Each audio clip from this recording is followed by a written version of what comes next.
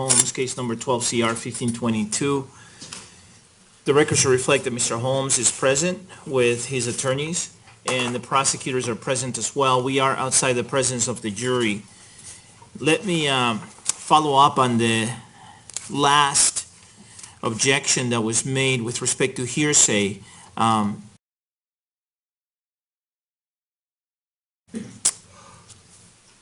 I cited Rule 703 at the bench, and I found that Dr. Reed should be allowed to testify about the statement or the conversation he had with the defendant's parents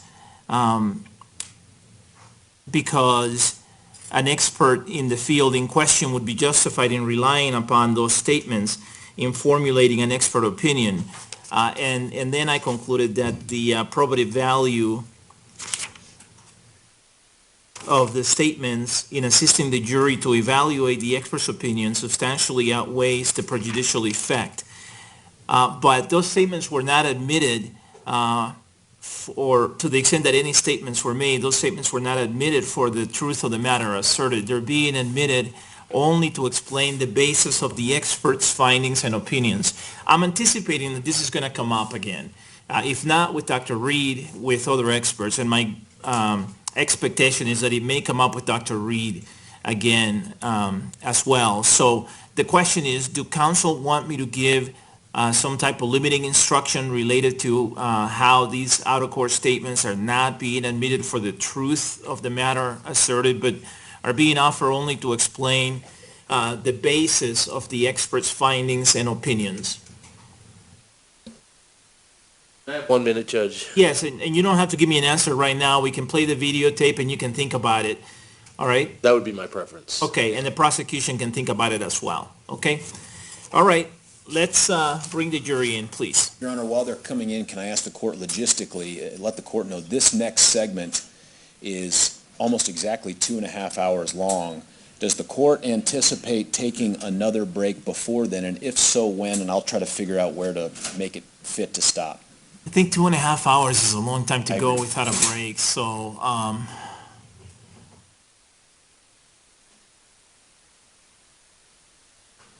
I was gonna say 12, but even that it's 2 hours.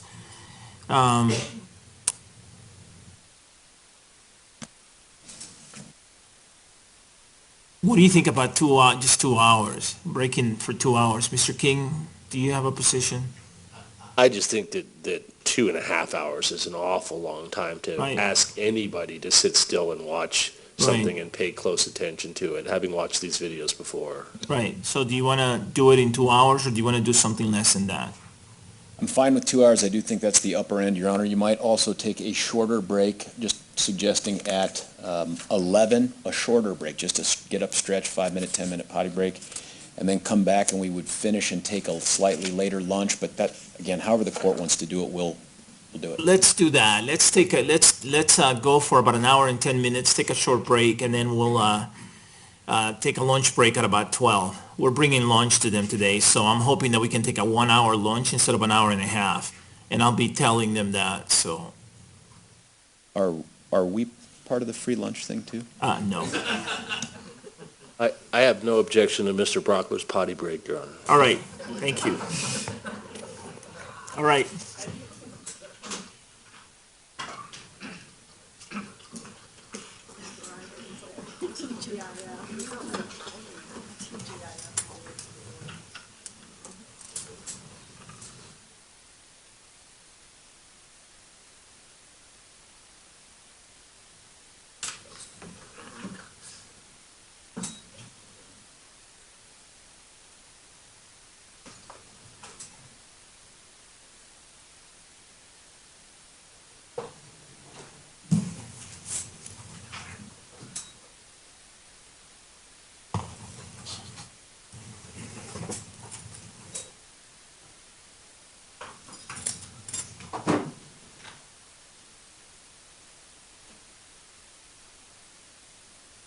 All right, please be seated, everyone.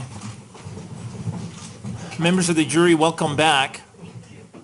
Thanks for your patience. As you know, today is one of those days when we're having lunch provided, And my understanding is that you actually picked the place that you like best, and so lunch from that particular place will be provided.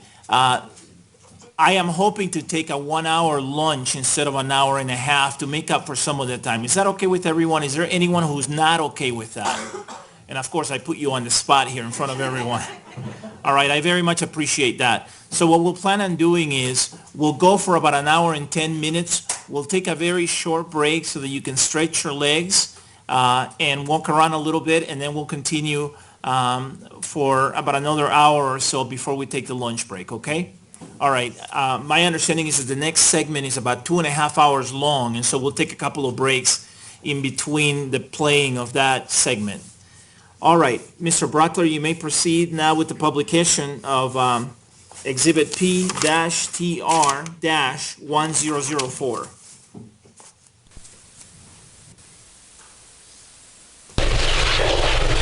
They say welcome back. Hands are all wet. That's all right. Have a seat, won't you? I think we got you some fresh juice there.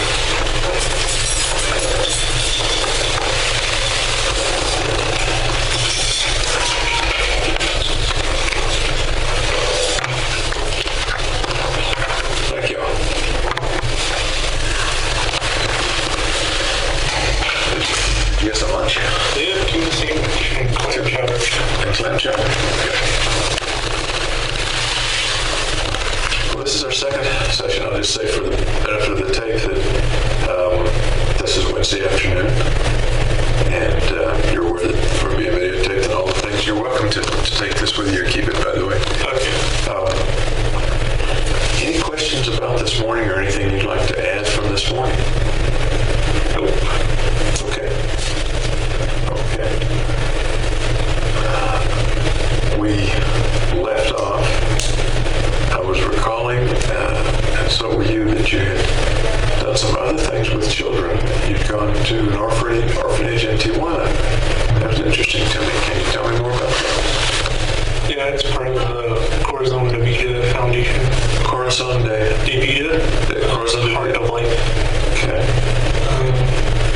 We would take day-long bus trips down to Tijuana orphanages and just hang out with the kids. We is who? As in everybody on the bus trip, I guess. So we volunteered. Was it a church group or school group or?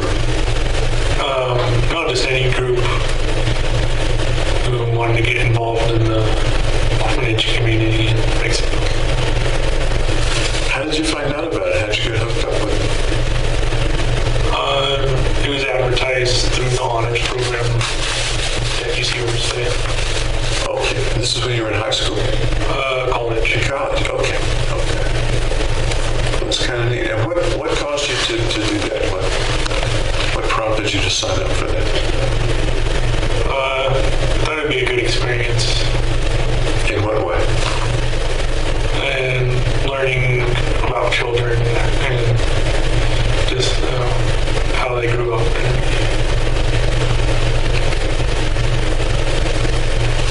I'm curious, what did you want to learn or learn more about children?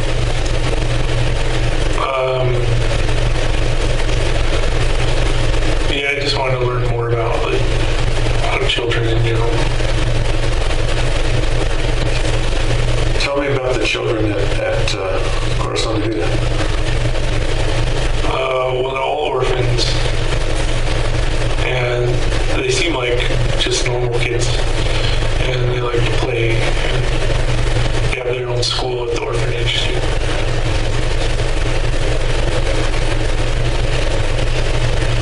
Go ahead.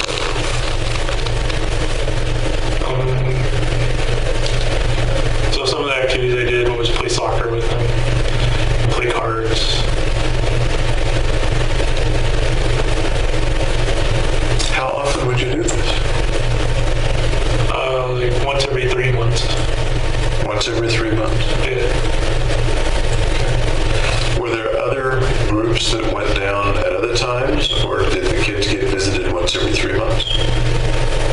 There were other groups that also visited them. And how long would you stay?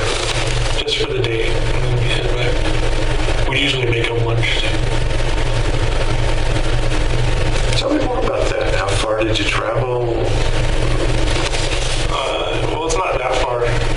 It's like 2-3 hour drive. There's more to it than that. You gotta show me the picture that's in your memory. Well, once we brought a bunch of toys down for them for Christmas, it was like we should donate money to buy toys for them and stuff.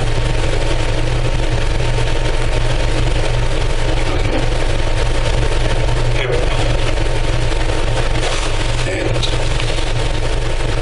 And they like the toys. Okay. So what did you do with that? Once again, there's a video playing in your mind somewhere, and I'd love it if you point things out in there and say, well, this is where I bought the toys, or this is what I bought. Can you give that a try?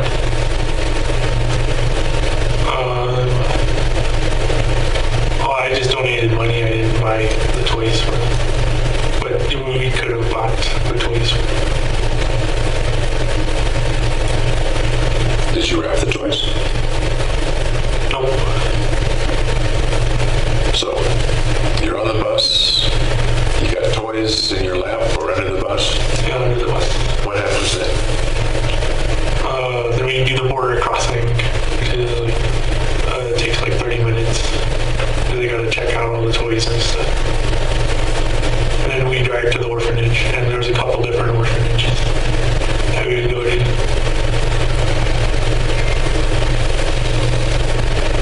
And the bus stops, and then we just hang out with the children. We made them like a hot dog and Cheetos lunch, something very healthy. can you picture any particular child that came up to you or that you hung out with? No, not off the top of my head. Was there a particular child or more than one that kind of remembered you and you liked to work with? No, I don't think so. I think it was just in general, like the packs of kids. Max, how many do you think? It was probably 30 to 50 people that they were. So you got the presents. What happens then? Well, then we unload the presents, and and then they get to play with them. What did they do when they saw the present? They were very cheerful. They would jump up and down. Did you have any particular feelings when you took them the presents and they were cheerful? Yeah, I thought that was a nice thing to do. I agree. Any other feelings inside you when you see the kids opening the presents and enjoying them? No, not really. Then you get on the bus and you go back to Riverside. Any trouble crossing the border this direction? Then we have to get off the bus and walk across the border, and the bus comes and picks us up. It's kind of a different procedure.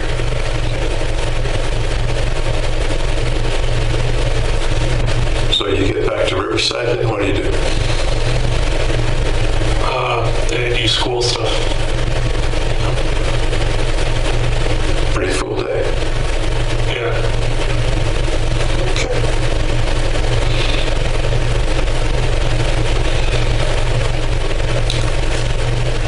Any other times in your life that you worked at the camp and you worked with the orphanage?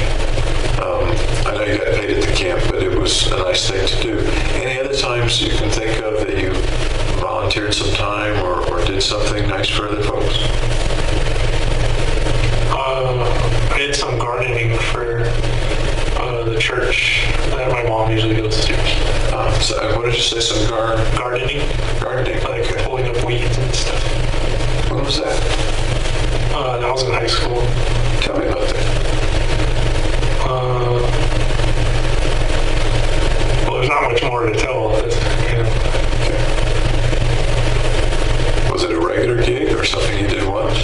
it's just once in a blue moon. Okay. So it was your mom's church. Yeah.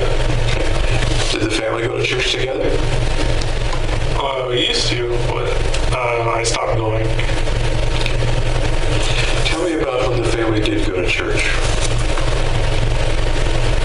Well, we'd always buy donuts or go to Taco Bell like after church. It's the main thing I remember about church. It's food. What sort of church was it? I think the first church we went to was Presbyterian, then we went to Lutheran, and different kinds of Protestant churches. This is roughly how old? Since the beginning of church, probably like second grade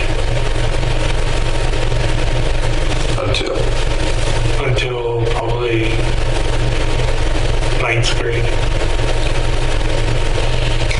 Was the church a pretty big part of your family, or not very big, or the family faith? It's big to my mom. She really likes it. She used to usher and do the other like church activities.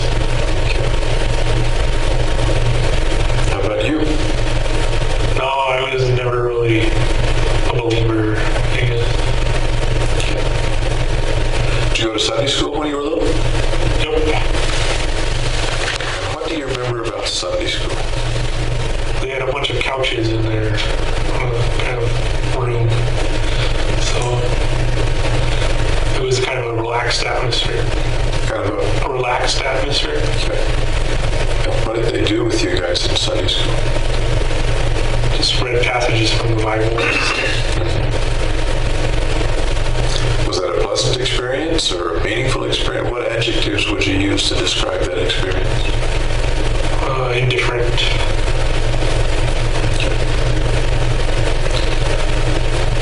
In the course of time, did you start going to the grown-up church? Yeah. Tell me about your experience, what it was like to be in the adult church, the sanctuary, the sermon, that kind of thing. Well, they would sing songs and do hymns and stuff. Usually the pastor would read passages from the Bible or something. I'm curious, do you remember any particular passages or sermons or things that the pastor said, or any particular songs? Glory, glory, hallelujah, or something. That's one.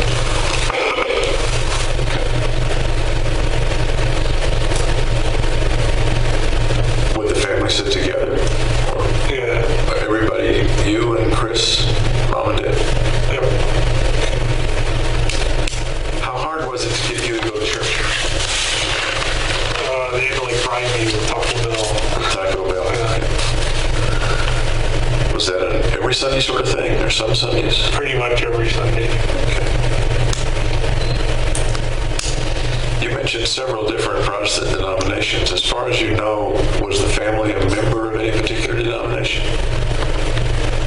I think they're Lutheran now.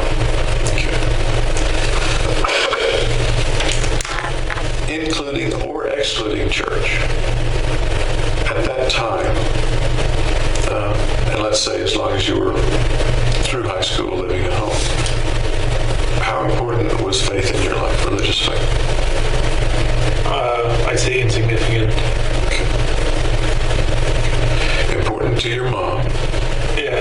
Did she bring the faith into the home, or did she leave it at the church? I'd say she left it at the church. How about Dad? How did he feel about it? He's kind of like me. I'm sorry? He's kind of like me. So. Okay. But he would go because of my mom. You went away to college, you came back, and lived at home for a year. Was there any church in the year that you lived at home? No, none whatsoever. Was she still going to church or no? Yeah. But you didn't. Right. Did Dad still go with you? I think so, yeah.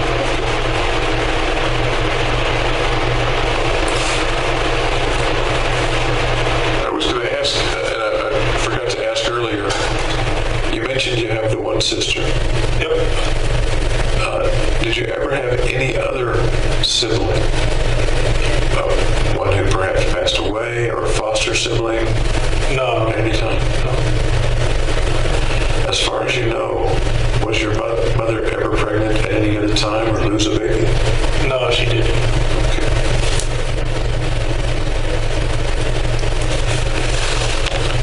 Thinking back when you were a kid, doesn't matter what age right now, but thinking back when you were a kid, how did your parents get along? Very well. What did you see as the kid? Mom and Dad are over here doing something or in the same room. What did you see between them?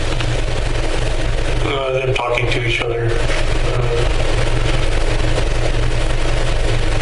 Just kind of, you could see love between them. You could see love between them. And what was it that told you that you saw love between them?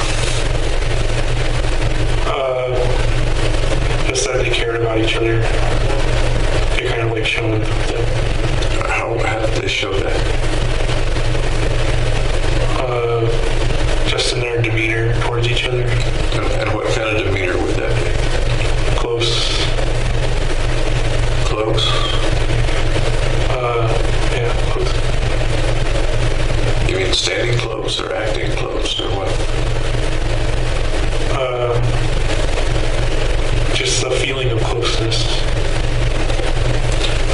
Did that feeling come to you as well, or just between them? I'm going to turn the lights on. All right, members of the jury, one of you needs a break, so we're going to take a quick break, okay? Don't go too far. Let's plan on taking about a 5-minute break, all right? Please remember my advisements apply during the break.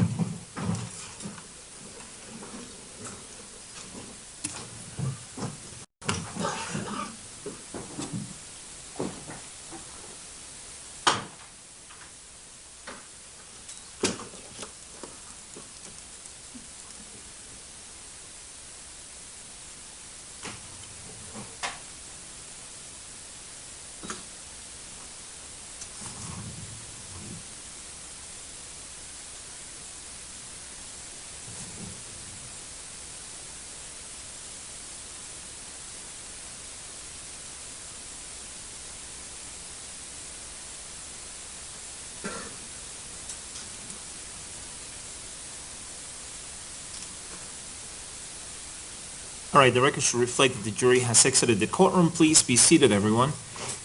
A juror handed my staff a note that just said that she needed to go. So let's just plan on taking about a 5-minute break, okay? As soon as the jurors are ready, I'll come back and take the bench. The court will be in recess. Thank you. All right. Case number 12 CR 1522. The record should reflect that Mr. Holmes is present with his attorneys and the prosecutors are present as well. We are outside the presence of the jury. One of our jurors is not feeling well, so we gave her a little time, and she thinks she's ready to come back in. So I had my staff tell her that if she needs another break, she needs to just let us know, and then we'll take a break. Additionally, we've hopefully lowered the temperature in the courtroom because she thinks that may be helpful. So if you get a little cold, that's why. So you may want to put your sweaters on or more clothes on if you have it. All right. Are the parties ready for the jury? Yes, Judge. All right. Let's bring them in, please. Your Honor, do you anticipate going straight now until noon? Should we anticipate that or still build in another stop? If we can, I'd like to do that to try to save some time. So that would be about an hour and 20 minutes. So I think that's manageable.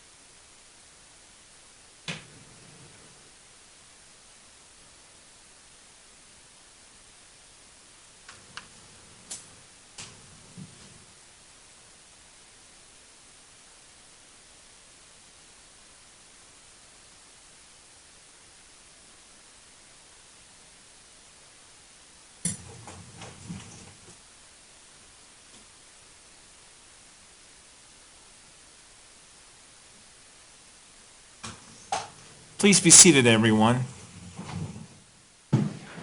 The record should reflect that the jury has joined us again. Welcome back, folks. Thanks for your patience. At this time, we're going to resume the publishing, or we're going to resume publishing Exhibit P-TR-1004. And the plan is that we'll go to about noon, so about an hour and 20 minutes, and then we'll take a lunch break. If anybody needs a break before then, just raise your hand and get our attention, please. All right, Mr. Brockler? Yes. And I'm going to turn the lights down.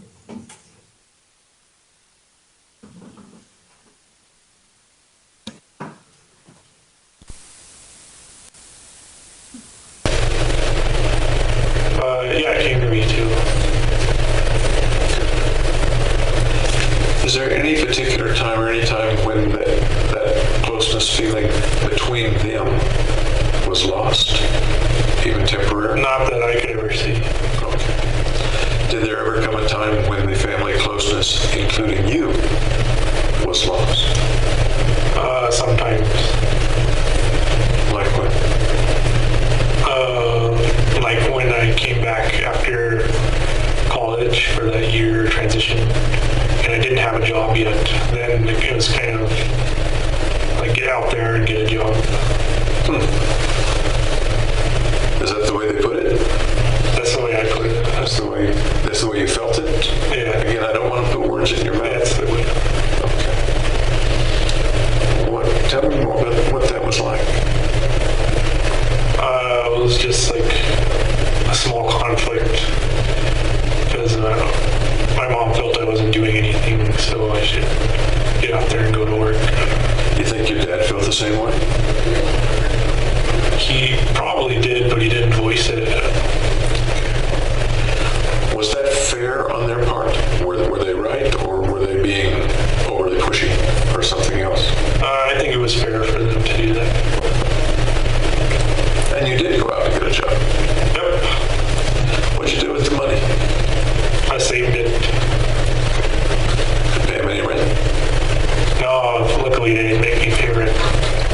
So you saved it, I assume, for school and whatever would come along, or Right. for something in particular? No, just in general to save it. Okay. In the present, is faith a very important part of your life now? No, it's like it was before.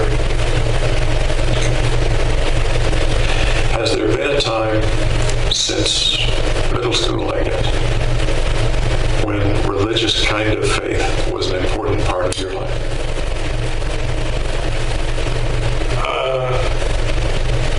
No, I kind of viewed it as something just to be done for the sake of doing it.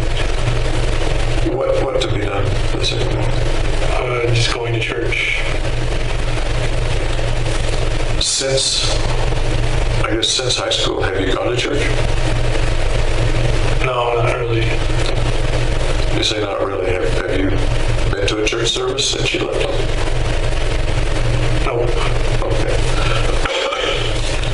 Of course, there's organized religion and organized faith, and then there's personal spirituality. Do you have a personal faith or personal spirituality? Yeah, I kind of believe God is everything. So he doesn't really need to be worshipped or prayed to, but he's just kind of everything in total. Can you tell me a little bit more about that? He's kind of in our actions and in our thoughts. And he's the collective sum of everything. Collective sum of everything. So like anything you can think of, that is part of God.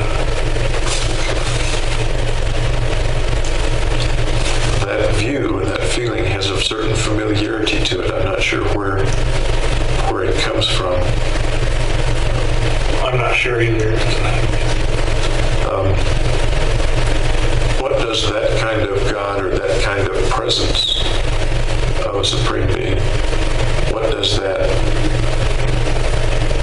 further mean to you or ask of you? Or I'm not not sure what I'm asking, but maybe you can answer it anyway.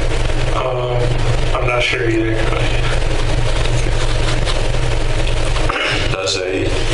Does a God of that sort have expectations of man, of you and I and other people, for example?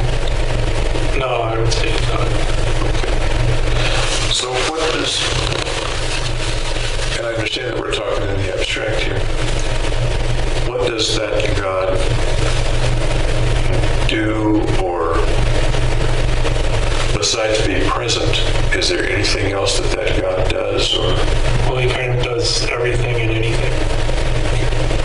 Tell me what you're thinking of right now. That's interesting.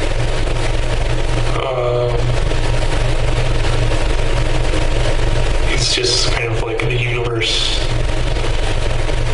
in its like smallest parts to its largest parts, and kind of like any action.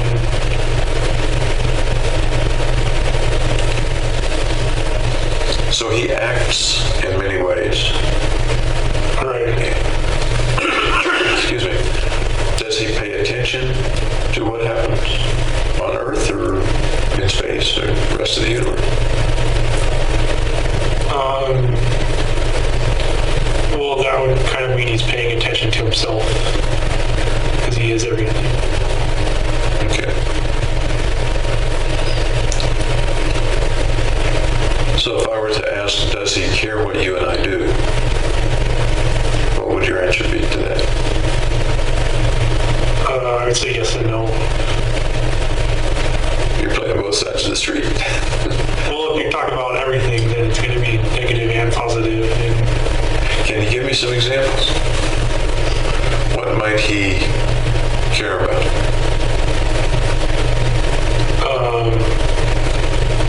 just how the universe is working.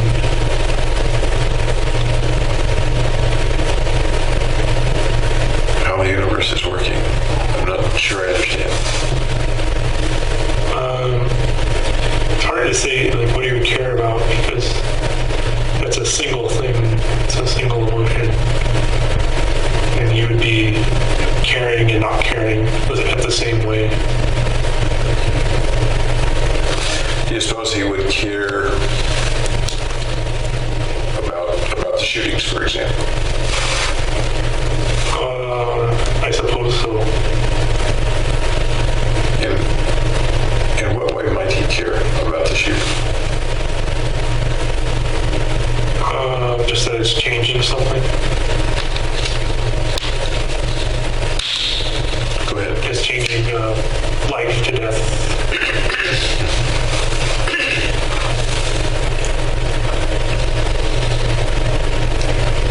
And if we somehow attribute human cares and thoughts and feelings to God, what might he feel about that?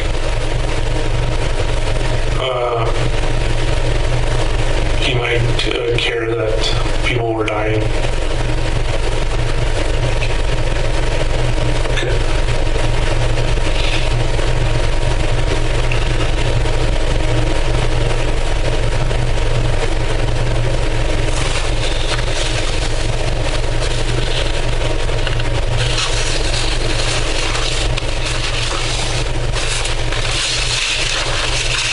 One of the things that folks have described about you when you were growing up, you used the word shy several times, was that you were a little bit isolated, a little bit of a loner. Is that an accurate description of you? Yeah. Can you describe for me where on the scale of lots of loner and not so much loner, where you would be and what that means? I'm not asking that very well, I know. Like an 8 out of 10. I would be on the loner scale. Okay. With 10 being 10 being lonerous. the most. Okay. You described a lot of activities with other people that you did and that you enjoyed, apparently. How does that mesh with the impression now that you're giving that you're a loner? Well, it's just that I prefer to be alone. So it's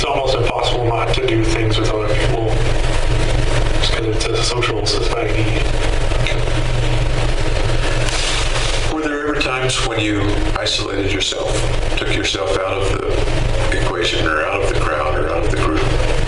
Yeah, lots of time. Can you give me some examples of that? Well, one was when Nargi wanted to go to a bar, and I said I didn't want to go, and she got all angry. So I'm not much of a bar guy. And what did you do? I stayed home. She stayed home with you? Nope, she went. So you stayed home. I'm curious, what'd you do when you stayed home? Watch TV. Okay. Other examples of purposely moving yourself into a more isolated versus less isolated situation? I can't think of any else for the top of my head. When you got the apartment in college, not in grad school, did you have an apartment in college also? Yes. That was an apartment by yourself or with a roommate? It was by myself, because I prefer that. Because I prefer that way.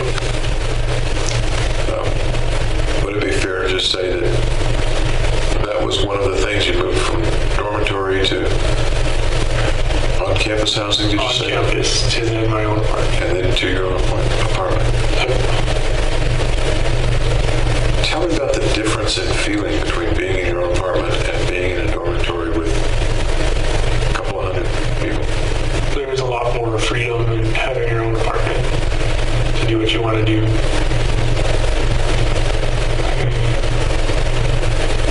To do what you want to do. Yeah.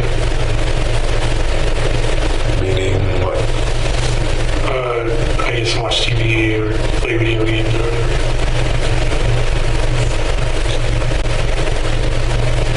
Let me take a little side trip here.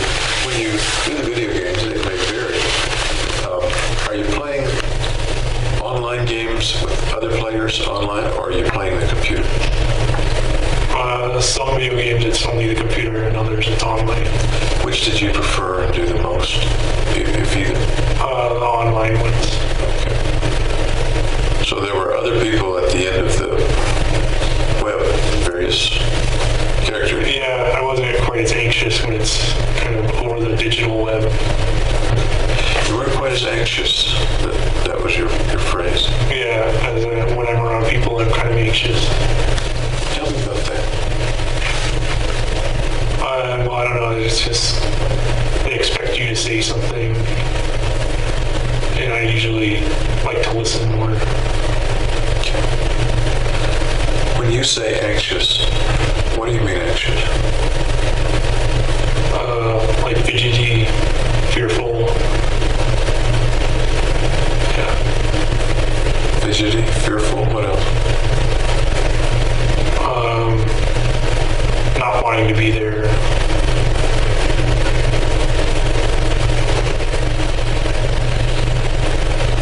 You sometimes need to escape from situations. Yeah, kind of escape.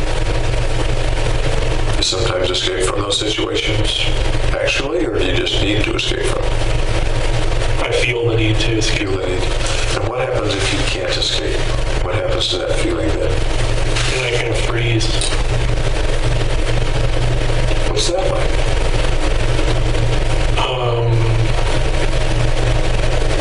I don't know how to explain that.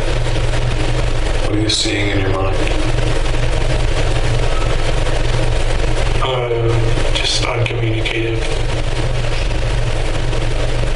Are you seeing a picture of yourself in your mind? Kind of, yeah. Okay. You and I are looking, I'm looking over your shoulder looking at this picture. Point to the picture and describe the picture for me, would you? I'm standing there and not saying anything, and people are talking around me, and I don't know what to say.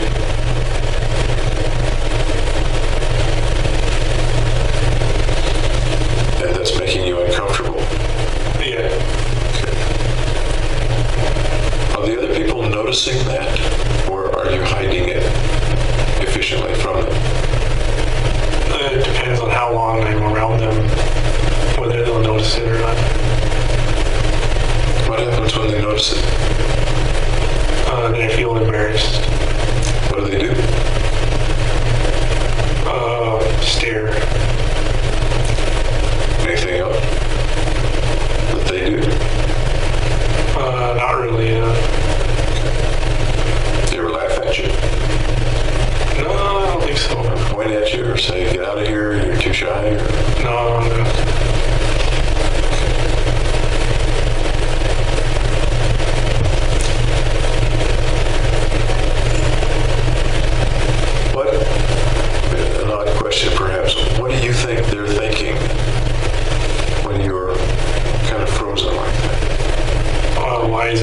talking. What else are they thinking about him? Maybe there's something weird about him. But they don't say that, is that correct? Or do they sometimes say that? They won't say it to me, at least. You're pretty sure that sometimes they were thinking that? Yep. And what makes you sure that they were likely to be thinking that?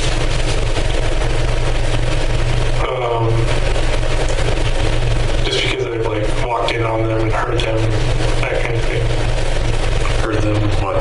Heard them talking about me. Really? What might you walk in and hear them saying? What was he doing or whatever. Can you think of an instance in which that happened? Are you thinking of a particular instance in which that really happened? Yeah. What instance is that?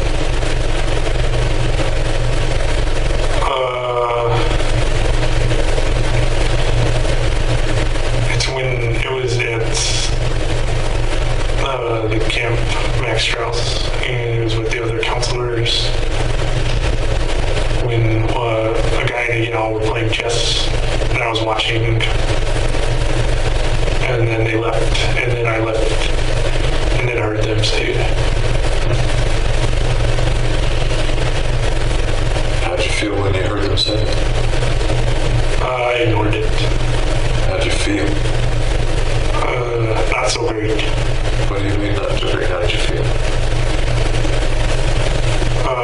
Like there was something wrong with me.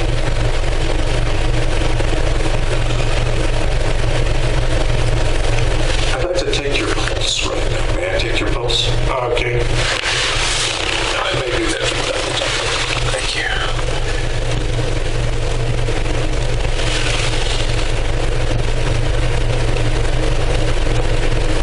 Thank you.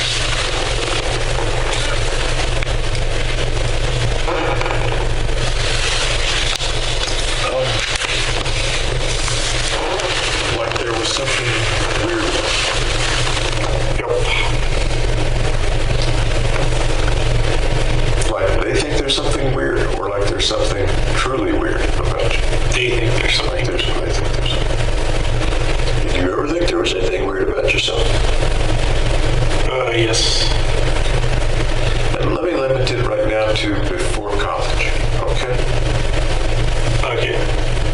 So, before college, I thought I wasn't as social as other people. before college is before the Camp Max Strauss.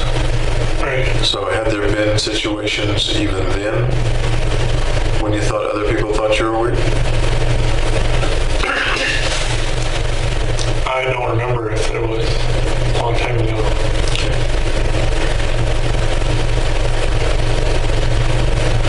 I want to talk a little later about whether and when you felt like you were weird. And we'll come back to that.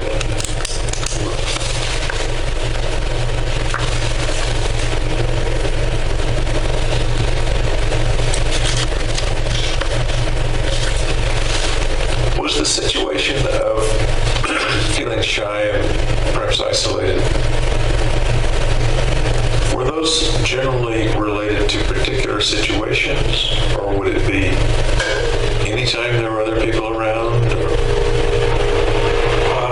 Anytime there were other people around I didn't know or was close friends with.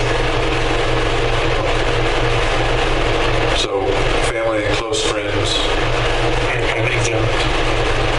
How comfortable were you with family and close friends? Very comfortable. Very? Yeah. Okay.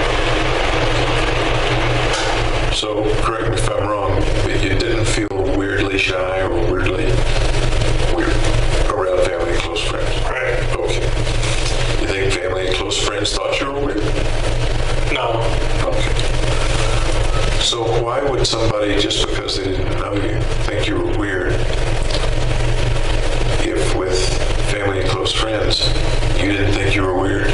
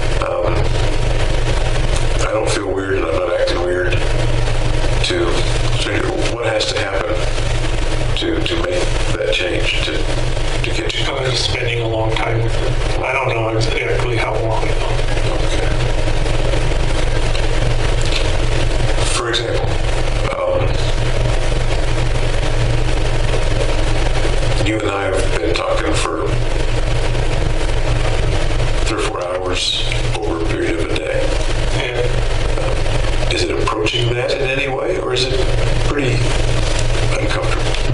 It was still uncomfortable. Still uncomfortable. Okay, fair enough. Fair enough. The people who are around you at the jail, they're not interacting very much with you, I understand that. Is it uncomfortable with them, or is it comfortable with them? Well, I'm not with them, so it's kind of neither. You're not with them. So it's neither. In what sense are you not with them? Well, I'm not communicating with them. I'm not. Okay.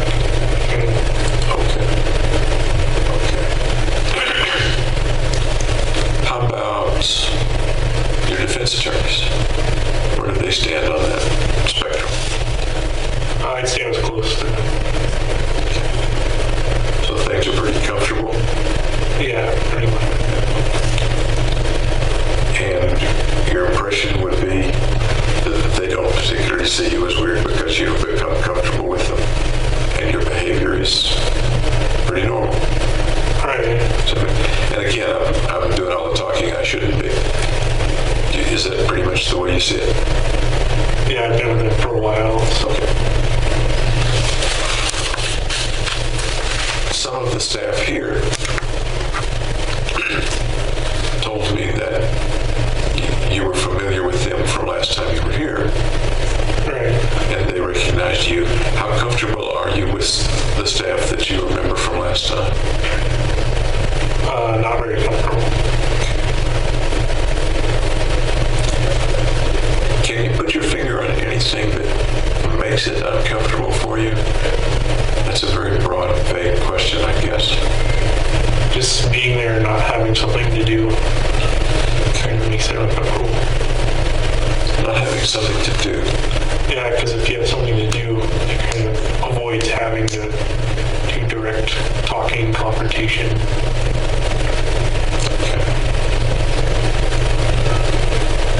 So what would be the circumstance with being in a class with people you didn't know well? That would be fine because they're focused on the lectures instead of socializing with all the people.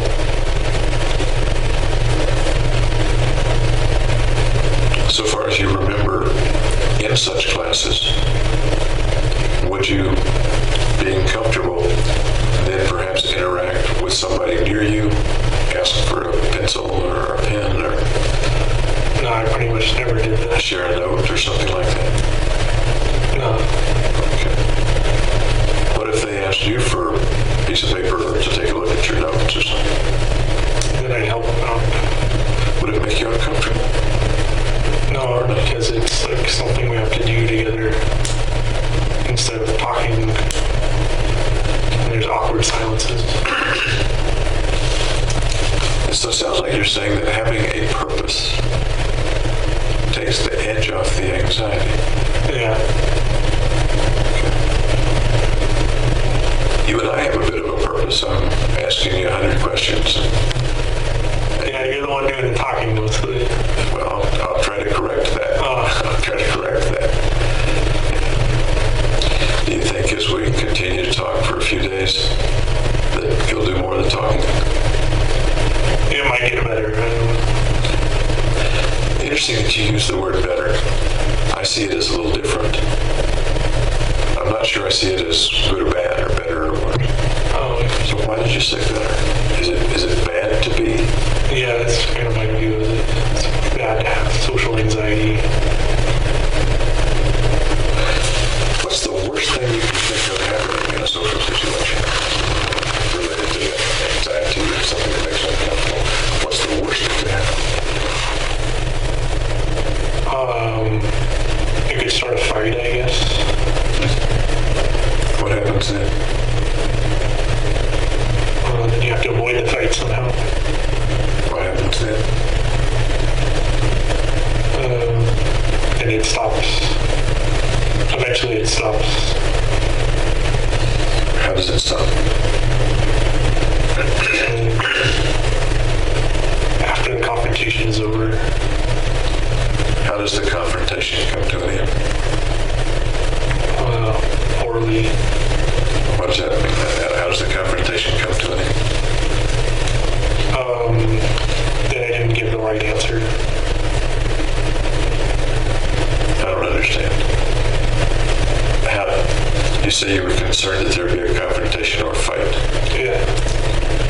said the next step is that it's over.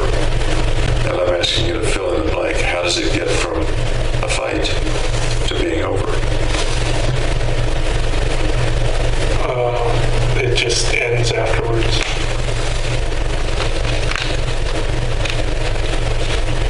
How does it?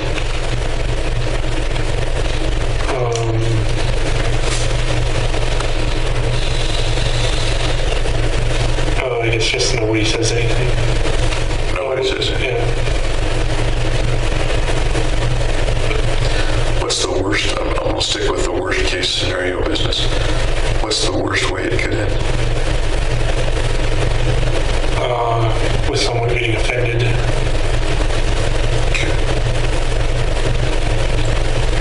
Like how?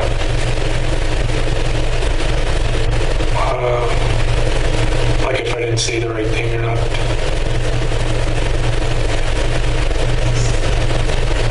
So you're talking about the other person getting offended, not you. Yeah. So the worst thing that could happen is not that you would feel offended, but that the other person would feel offended. Right. What happens then? And we can go our separate ways. Is that so bad? It is if the person's offended. How is that a bad thing? That the other person is offended?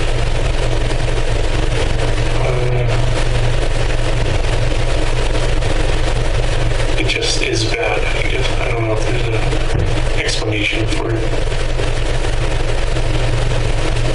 You're sort of saying it's axiomatically bad, and I don't buy that. What's bad about it?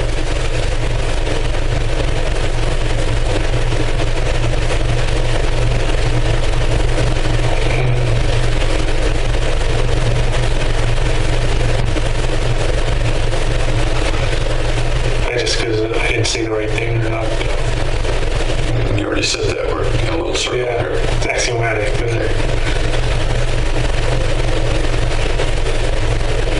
Let's come back to the worst thing that could happen.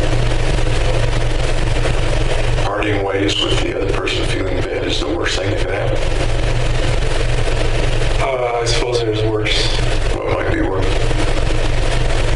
If somebody gets killed or not. Okay. Yeah. Can you picture a circumstance where that might happen between you and somebody else that you're talking to? I can't see myself doing it. How about you getting killed? I also can't see that happening. What I'm kind of trying to come to is within the anxiety, which you use the word fear as well, what the fear might be. If you take the idea of the fear far enough, what do we find? What do we see? What do we feel? Well, fear is its own emotion. Go ahead. So it's it's not different from the other.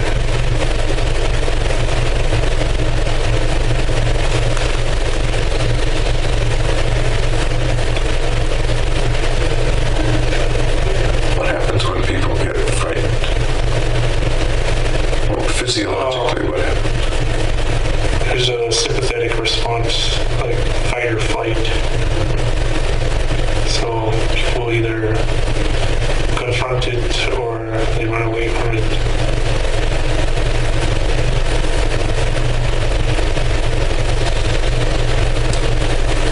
The thing you described you doing was freezing. Yeah, so I guess that's not in those two categories. Beg your pardon? I guess that's not in those two categories. That's what I was thinking. That's what I was thinking too.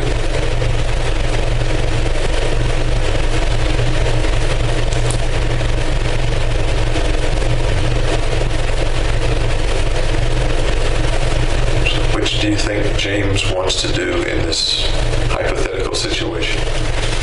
Fight or flee? Usually flee. escapist things. So, Do escapist things? okay. And from time to time, you've done that. Withdrawn and gone back to your apartment and watched TV instead of going to the bar. Things like that. Yeah. Has it ever come to pass that you've done the fight part? Not like physical fight, but like, I guess verbal defense or something. Ever been in a physical fight? Oh, when I was a kid, like little, like scruffs and stuff. Very often?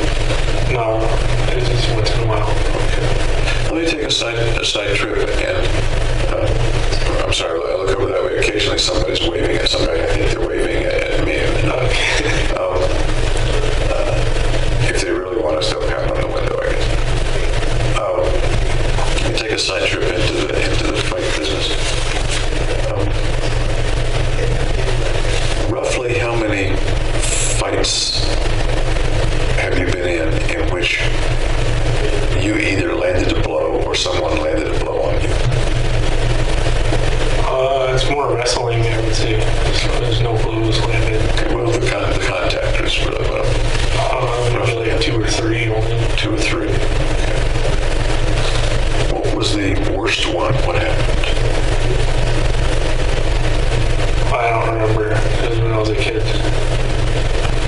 So the oldest one, the one in which you were the oldest would be about how old? Maybe 10. Maybe 10.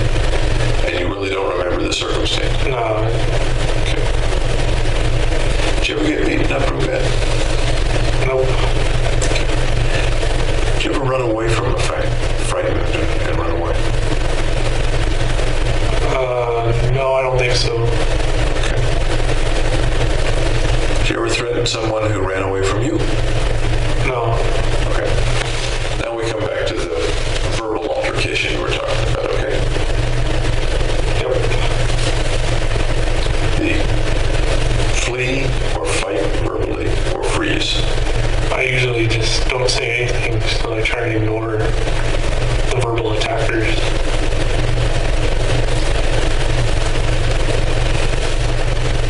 I kind of want to say, how does that work for you? Because it's tough to do that. It's very hard to do that. It works well. I would say there's a lot of verbal attackers in jail, That's a good point. so I just ignore them, and then eventually they stop. Let's come up to the jail bed. Can you give an example of the verbal attackers in the jail? Yeah, I'll just say stuff. I'm sorry? Yeah. Give me an example.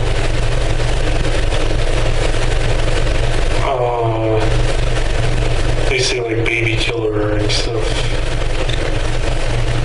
Who's this coming from? Other inmates. Other end.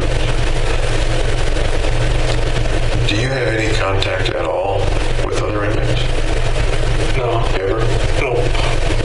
If you're going someplace, say through the tunnel to the court or something like that, They like lock down the hallways. they lock down the hallway and take you down the hallway. So you don't go over to the wall, or they don't go over to the wall while you pass. They're actually not in the hallway. Yeah, they're outside of the hallway. Then how do they know it's you to yell at you?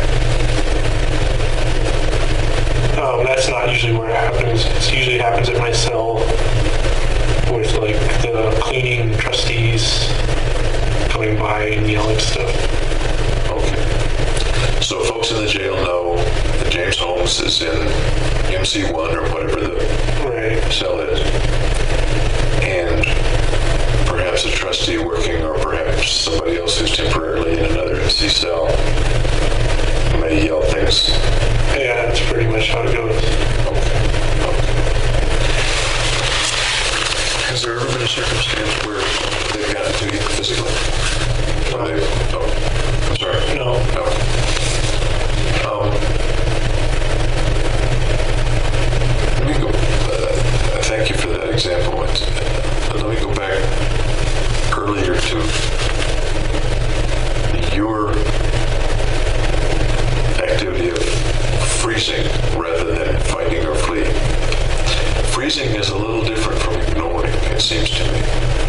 it sound different to you? Yes.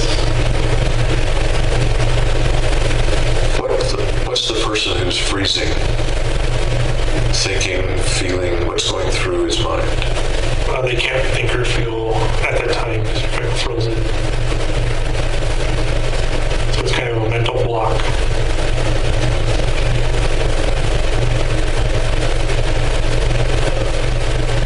A mental block of the whole mind, or just for that part of the mind that's involved in Coming up with a response or something.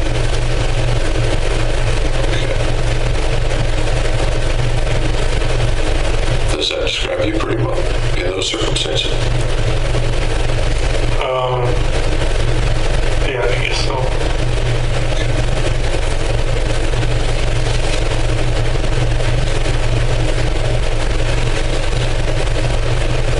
When was the first time that you noticed that you did that or could do it?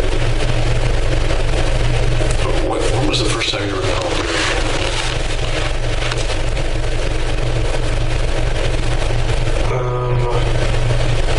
I don't remember the first. Can you think of an example that maybe wasn't the first time but sticks out in your mind? No, I don't know any examples.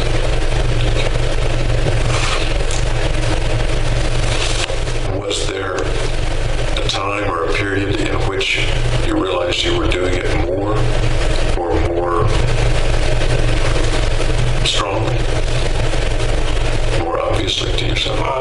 In graduate school. Okay.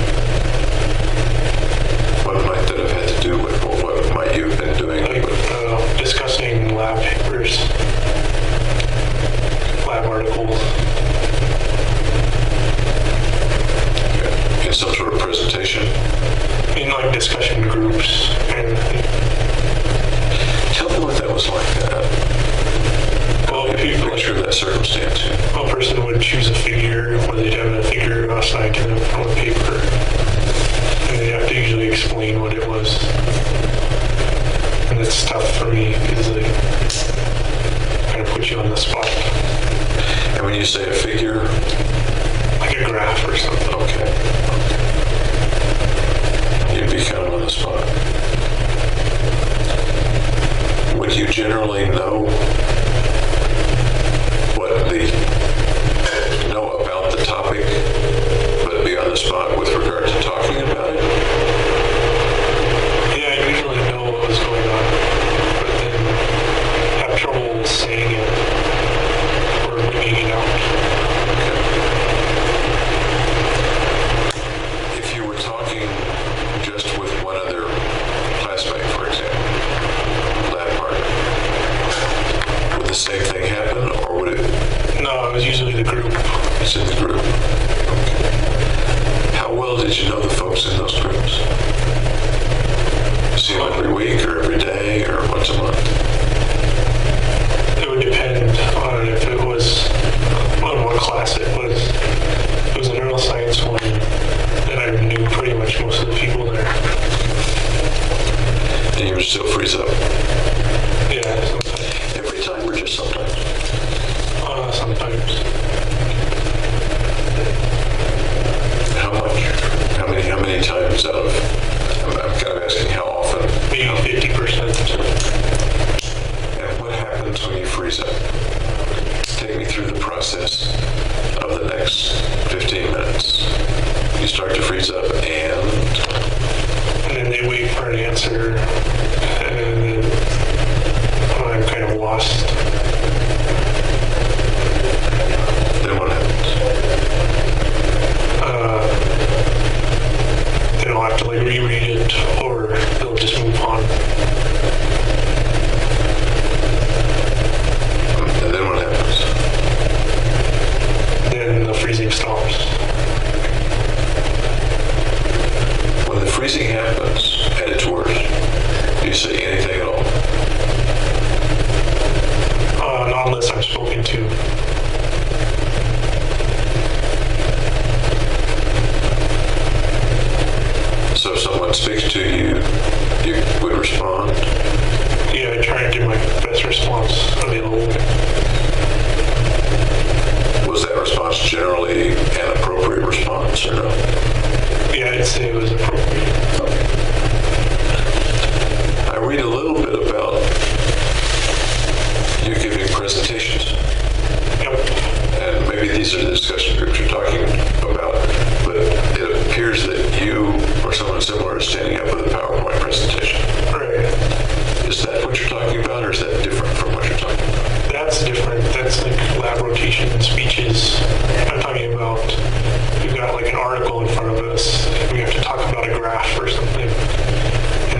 me and say, can you explain this graph?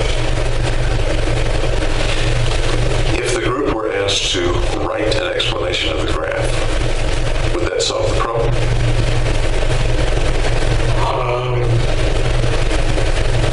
If I wasn't put on the spot, If everybody in the group were asked to, then I would know what to do. I'm sorry, Then I would know what to do. okay. If you were asked to take the graph home and interpret it, That's easy. that'd be easy. So it's not a question of not knowing the stuff. Right. Gotcha. Tell me about the larger presentations with PowerPoints and things like that. They were in front of the neuroscience department, so a bunch of professors and students. And how did those go for you? They went okay. I got feedback from the graduate training committee. What was the feedback like? It was usually critiques or criticisms. Useful, hard to take, positive, negative. Mostly negative, I would say. Were you able to use that feedback to do it differently the next time, or no? Not really, no.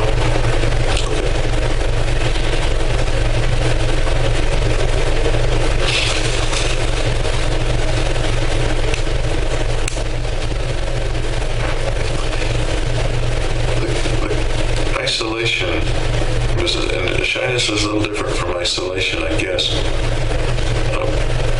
There was another example in the record that I looked at about when you moved back to San Diego from Salinas. Salinas or Salinas?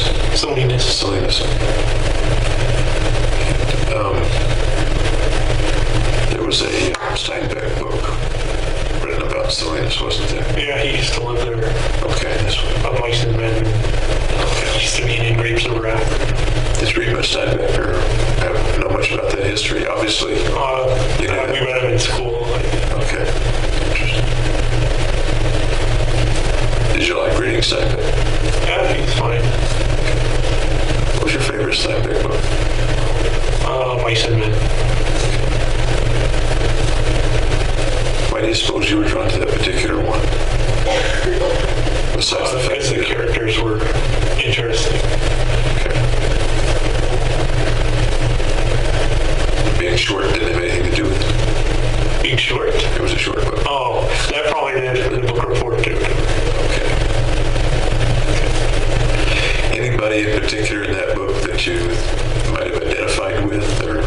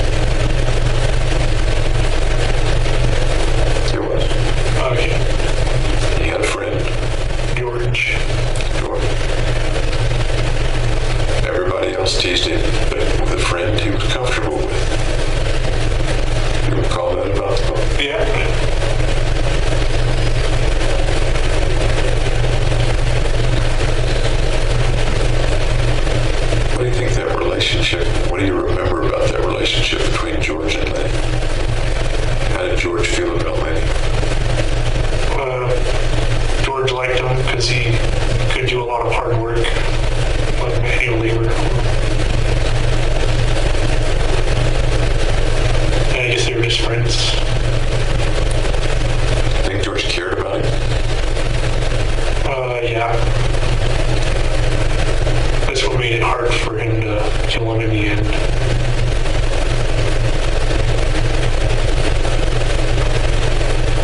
Tell me about that act of George killing Lenny. If you remember it from the book, and it was pretty striking. That's all I remember about it. Do you remember why George killed Lenny? Yeah, Lenny accidentally killed another person. I don't remember who, but they were out to get him.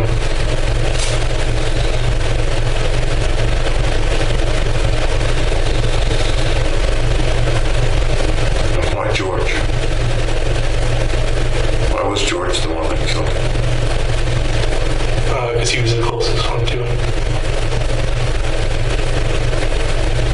What do you make of that? What do you suppose Steinbeck was What was he going for? telling us about George, about that relationship? I don't know. I bet you wrote a report on it. Yeah, That was a long time ago, though. I can't. Yeah, I don't know why him versus the other people.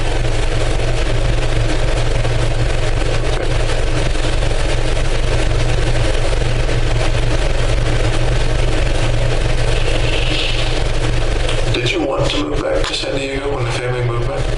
Or do you remember? I wanted to stay in Salinas. You want to stay in something? Yeah. What do you remember about not particularly wanting to live in the city? Just that all my friends were in Salinas, so I'm gonna have to kind of restart. It's tough for kids to restart. Yeah. How did you restart when you got back to San Diego?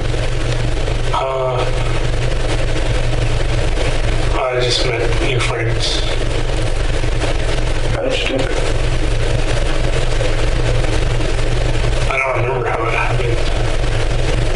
Any guesses, speculation about how the young James would have met and made new friends? Maybe just proximity, being around them. But you didn't have to play with them. Right. How'd you end up playing with them? See, I don't know. How might you have ended up playing? Speculation, I guess. Just talking to them.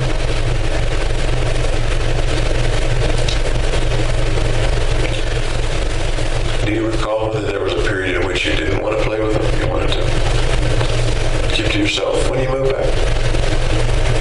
No, I wanted to make new friends. There's some place in the record that talks about you sitting in the closet reading. Well, I don't know what that's about. Does that ring a bell? No. And I'm not sure either.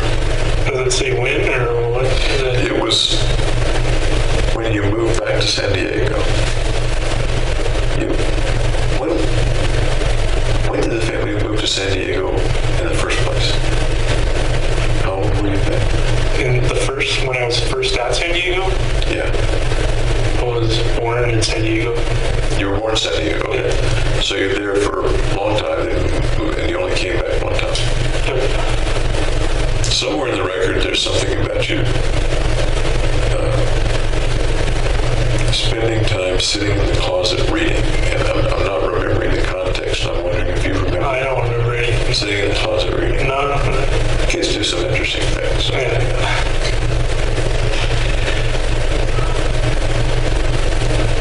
What kinds of things did you like to read back then when you were 12, 13 years old? Oh, my favorite was Goosebumps.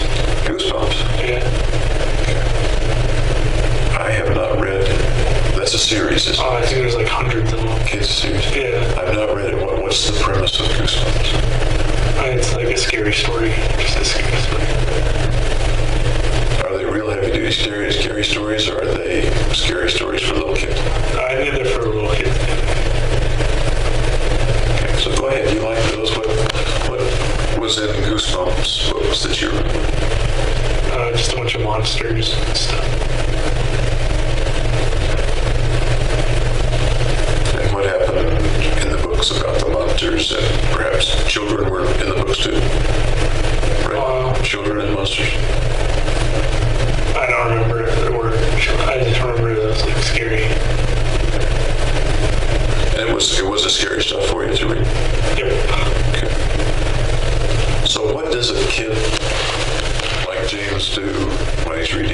goosebumps.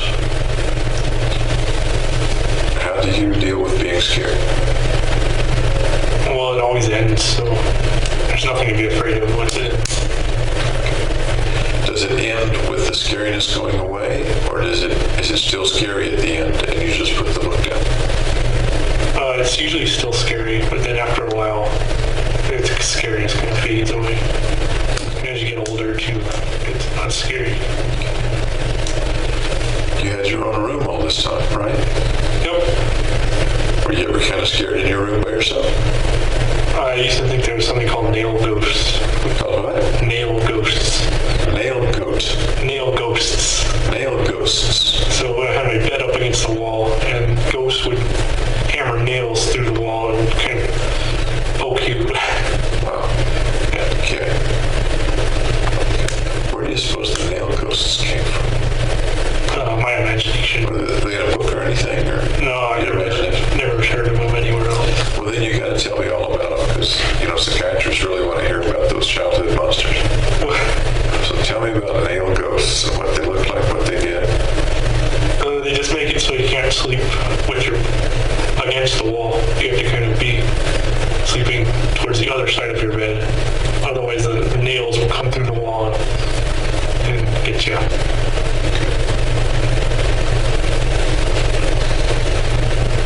How did you deal with that? You slept, for one thing, you slept away from the wall, I said, Yeah. right? Okay. How else did you deal with it? Well, I eventually got over it.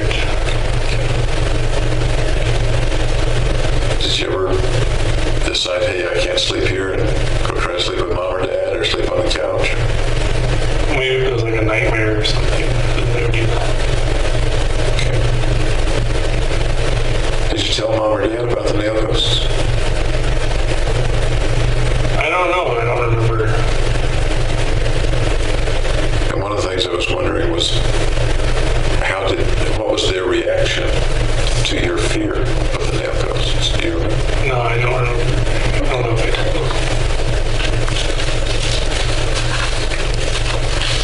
Did mom or dad know that you were afraid of anything?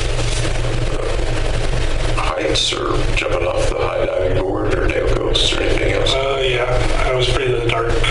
So they got me one of those little lantern light things. Okay. And how did they treat you? I mean, speaking of each one, actually, how did mom treat you? How did dad treat you about knowing that their son was afraid of the dark?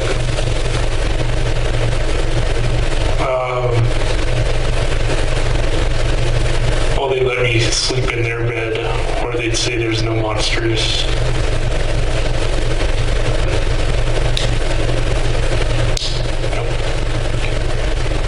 Did that help?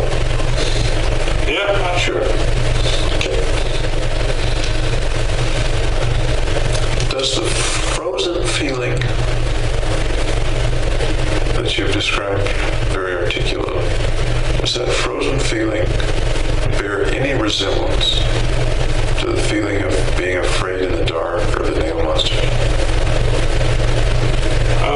no, I don't think so.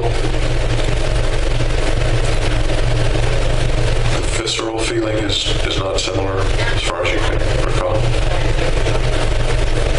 No, I just go further under the covers so I would like freeze or anything.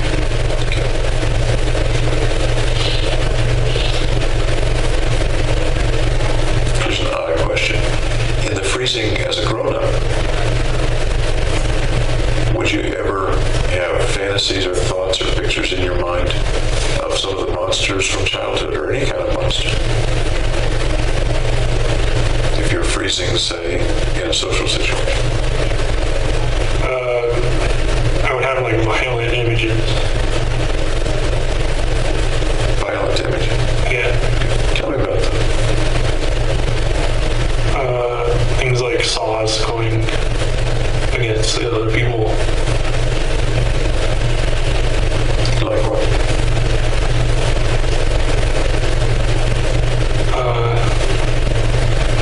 What do you mean?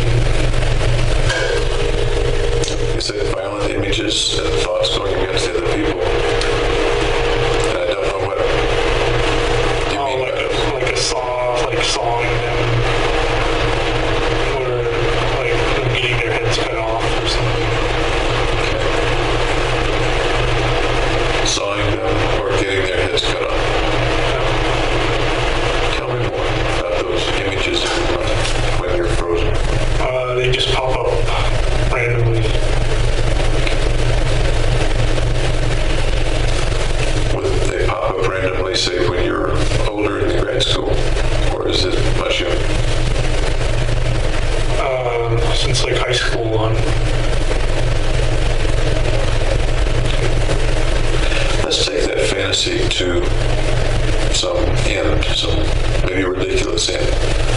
A saw pops up. What happens then? In the fantasy. It just like chops off a limb.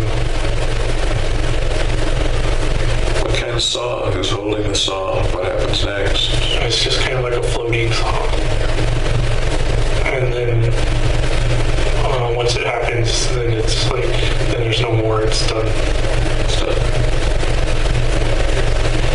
Is the saw dangerous to you or dangerous to the other person? The other person.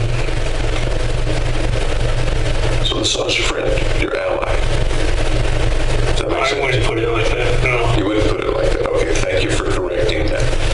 Because my thoughts don't have to be your thoughts. The saw just kind of appears and something happens to the other person. Yeah. And then it ends. And what happens next? Then I'm either still frozen or have come up with a response or something.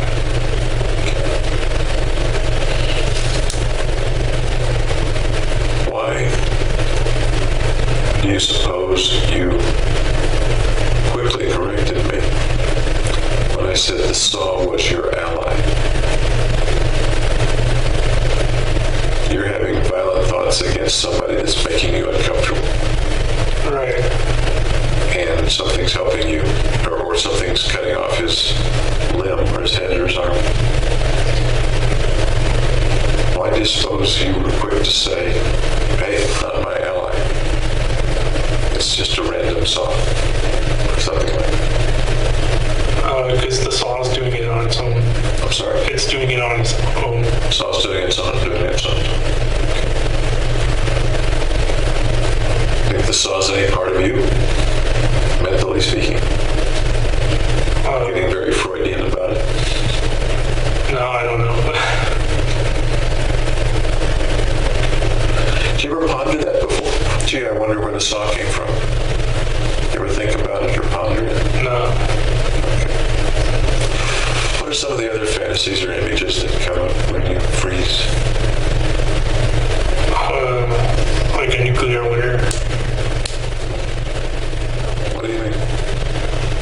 Like setting off a bunch of atomic bombs.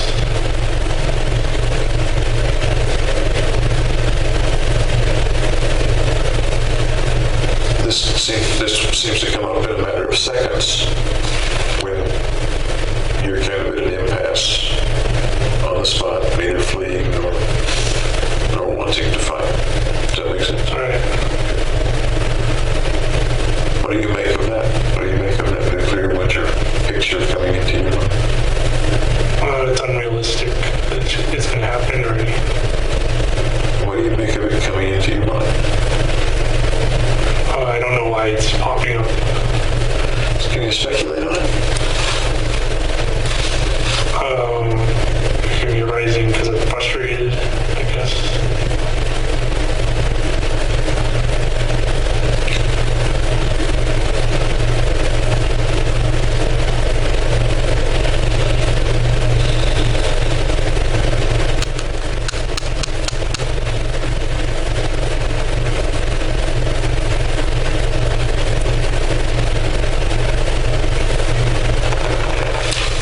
You mentioned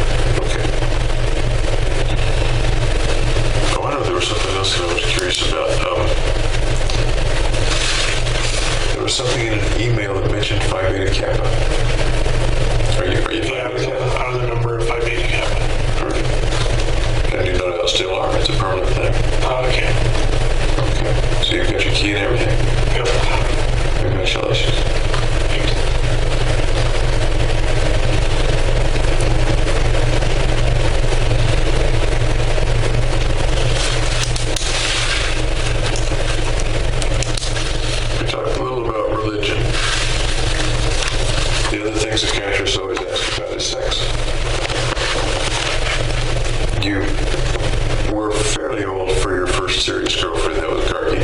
Yeah. You dated, but were more on friendly dates with girls before that, it sounds like. Correct.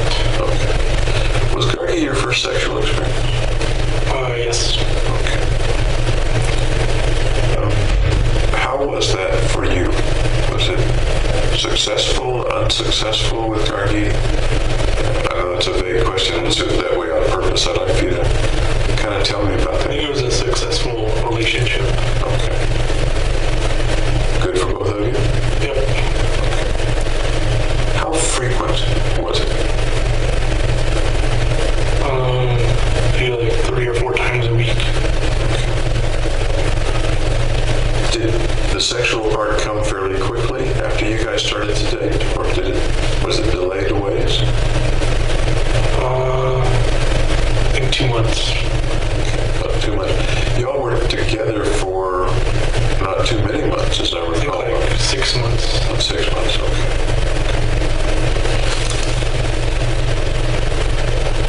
I take it she never became pregnant. No. That's fair to say. Okay.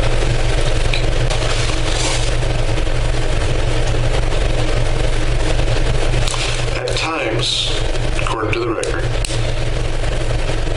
different people have viewed you in lots of different ways. First time I've ever talked with you, so I'm asking a lot about how you view yourself. But may I read you 10 or 15 things that I've seen in the record as ways that people see you?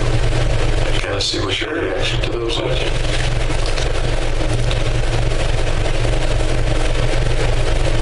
One of the phrases is that, and this is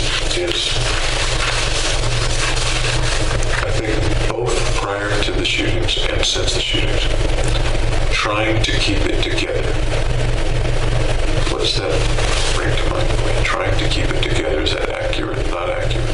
I don't know what it is. What comes to mind?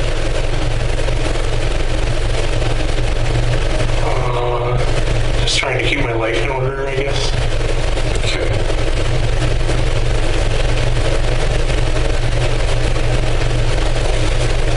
Anything after that? No. My impression, and again, it's my thought, not necessarily yours, is trying to keep your mind together. Trying to kind of keep from losing it in some way. Okay. Does that resonate at all with? That sounds accurate. Okay.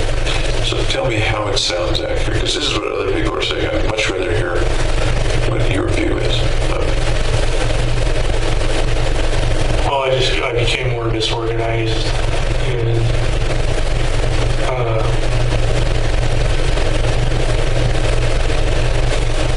I guess my mind was kind of falling apart. Tell me more. I don't know what else there is to say. Sounds like there's a lot more to say. You're becoming more disorganized, and you felt like your mind was falling apart. Those were your words just then. Right. Can you tell me about when that was? It may have been lots of different times, but about when?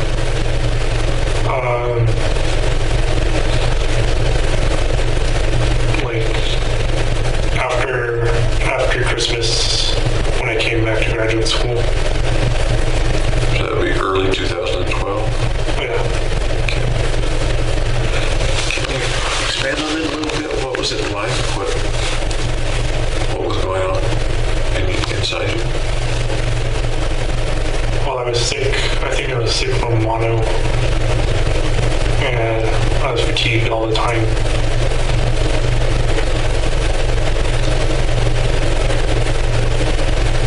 I do remember you had mono then. They diagnosed you in California, right? Yeah. How long did that mono episode last? Like 2 months, I think. Did you see a doctor in Colorado about it? I did, but he said I had post-nasal drip. Once it was diagnosed at Kaiser, I guess, in California, and you came back. Did you see doctors who now knew that you had? No, I didn't. You didn't? No, I didn't go to a doctor once I came back. Interesting. Okay. So what was the course of that mono? What happened? Yeah. I was just tired most of the time. Did you stay home from class? No, I still tried to keep busy working. How successful were you at studying? Not very successful. In my lab, I kind of like messed up and used the wrong procedure. Several weeks or 2 months of not being at full strength in class. Sounds pretty serious for succeeding in grad school. That sounds like a pretty serious blow. Well, I passed all my courses and everything. We come back to keeping it together. Keeping your mind from falling apart, if I'm remembering the words right. What else about that?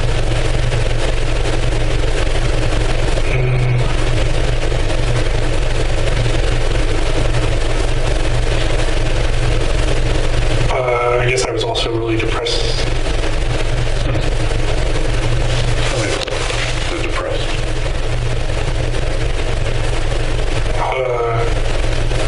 That I broke up with my girlfriend. That was a little later. Was that in March, if I'm remembering that right? When did you break up with her? I don't remember the exact month. It was early 2012. Okay. But the important thing is you said pretty depressed. Can you expand on that a bit? Yeah, I didn't have like my normal drive to finish things and succeed. What's it like to be that depressed? Didn't have your normal drive. What else? Kind of stuck in a rut. What do you mean? It was hard to get up and do things.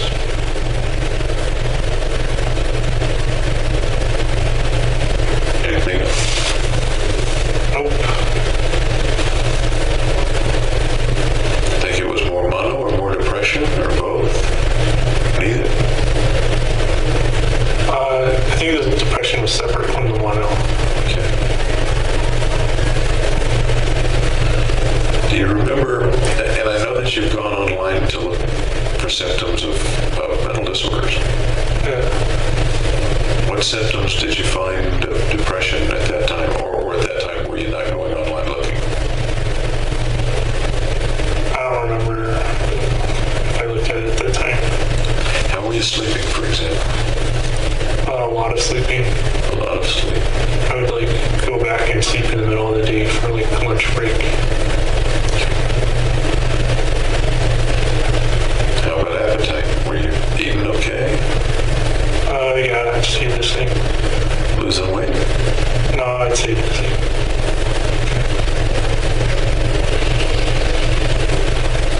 Did you feel like things were pessimistic or hopeless or not?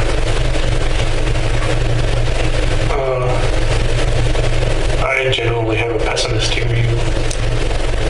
That's your general view, or that was while you were depressed? That's all the time. All the time.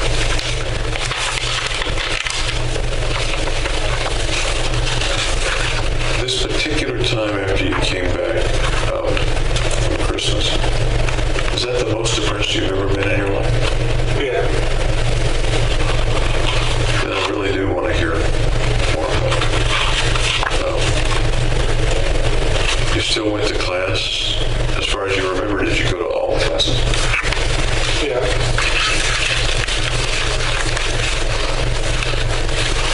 When you weren't in class, you mentioned you slept a lot. At that time, were you still seeing Gargi, or do you think you'd broken up by that time? The depression was after, I think. Okay.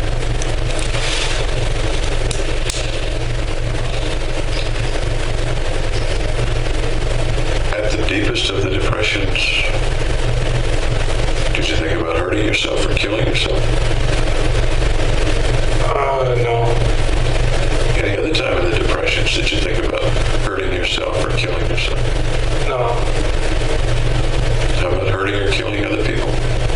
Yeah, I kind of transferred it into kind of homicidal thoughts. All right, I'm going to go ahead and turn the lights on. The record should reflect that we stopped the publication of Exhibit P-TR-1004. Members of the jury, it's almost noon, so we're going to go ahead and take our lunch break at this time. Let's plan on taking about an hour, so let's plan on coming back at 1. I want to remind you that the defendant's statements on this video recording have been admitted only for a limited purpose. You may consider the defendant's statements on this video recording only as to the issues raised by his plea of not guilty by reason of insanity. You shall not consider them for any other purpose. Dr. Reed's statements on the video recording may only be considered for the limited purpose of allowing you to evaluate the reliability of his examination and to provide context to the statements made by Mr. Holmes. You shall not consider any statements by Dr. Reed on this video recording for any other purpose, including for the truth of their content. With that reminder, please follow all of my advisements during the break. Enjoy your lunch, and I'll see you back here at 1 o'clock. Thank you.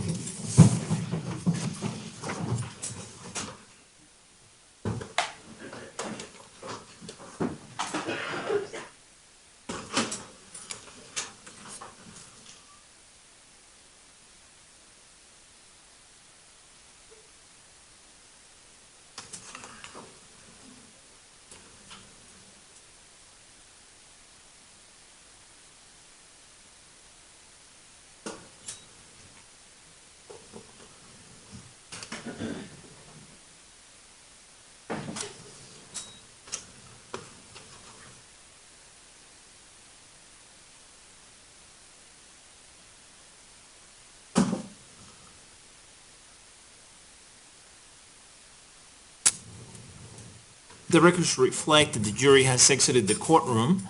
Everyone may be seated. Is there anything we need to talk about at this time on behalf of the prosecution, No, Your Honor. on behalf of the defense?